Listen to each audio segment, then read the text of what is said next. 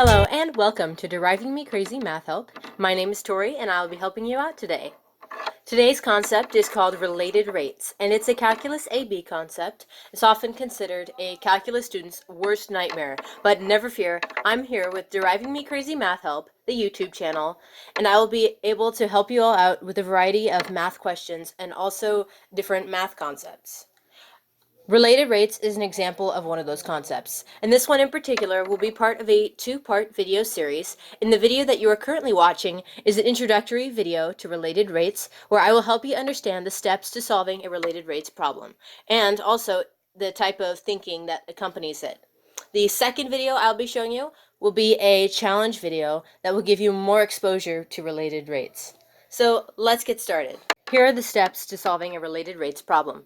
The first step is to read the problem and look for key words and/or phrases to find relative information.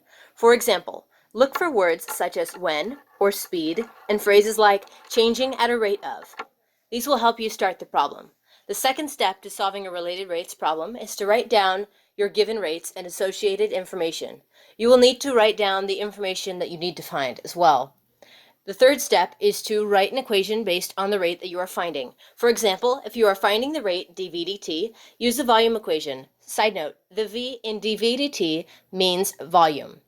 If there is a right triangle in a graph or image in the problem, you may want to use the Pythagorean theorem. If there's another type of situation, use any formula that you think is most closely related to the problem. The last step is to find the derivative of the similar equation, that's like the V in dV dt, to obtain the rate by plugging in the given information from the beginning of the problem. I will be posting a link to the steps that I just showed you on my YouTube channel and the description box below. It will also be on my social media accounts as well. Okay, let's get started on solving our very first related rates problem. As you can see, I have labeled all the parts in this problem according to the steps that I showed you earlier. The problem that we are working with today is about a cube with sides s that expand at a rate of ds dt. And ds dt is equivalent to 5 centimeters per second. Our goal is to find the rate dv dt at which the volume expands when the side length is 3, so s equals 3.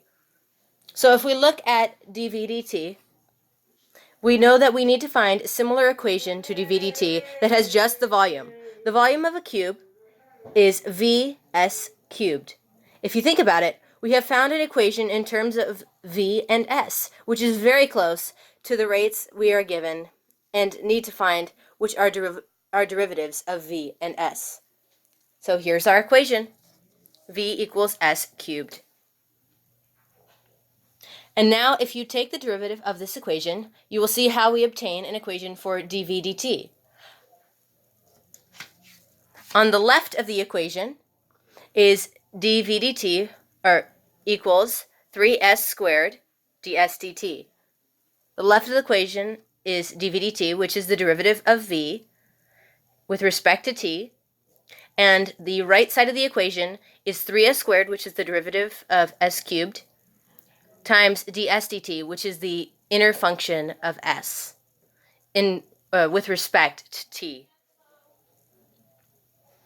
Since our equation is in terms of ds dt and dv dt, including s as well, we can plug in all of our given information, which is ds dt equals 5 and s equals 3.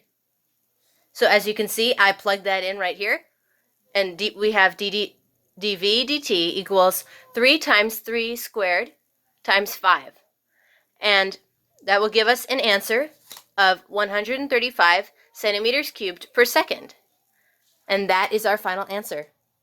If you have any questions, feel free to comment and like and subscribe to my channel if you enjoyed this video. Remember that there will also be a second part to this video, which will be posted soon.